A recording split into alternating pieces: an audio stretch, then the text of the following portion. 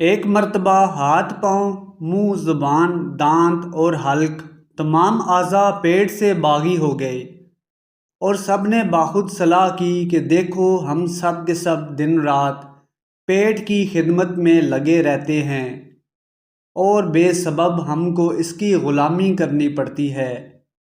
ہاتھ نے کہا میں پیٹ کے واسطے کام کرتے کرتے تھک گیا۔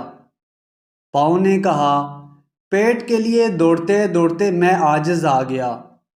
منہ نے کہا پیٹ نے مجھ کو اپنی چکی بنا رکھا ہے۔ غرض اسی طرح ہر عضو پیٹ کا شاکی ہوا، اور سب نے عہد کیا کہ آئندہ پیٹ کی خدمت نہ کریں گے۔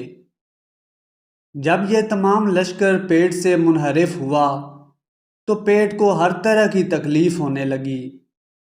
پیاس معلوم ہوئی تو ہاتھ پانی لینے کو نہیں ہلتا، پاؤں گھڑونچی تک نہیں چلتا، بھوک لگی تو ہاتھ روٹی تک نہیں توڑ سکتا، منہ لقمہ نہیں لیتا۔ تب پیٹ نے بھی سب لشکر کی تنخواہیں اور جاگیریں موقوف اور ضبط کیں۔ خون کا راتب بند ہوا تو باغیوں کا لشکر لگا بھوکوں مرنے۔ ہر ایک سپاہی کمزور ہو گیا۔ ناچار تمام اعضاء نے پیٹ کے حضور میں حاضر ہو کر اپنی اپنی خطا معاف کرائی اور بدستور سابق پیٹ کی خدمت کرنی قبول کی۔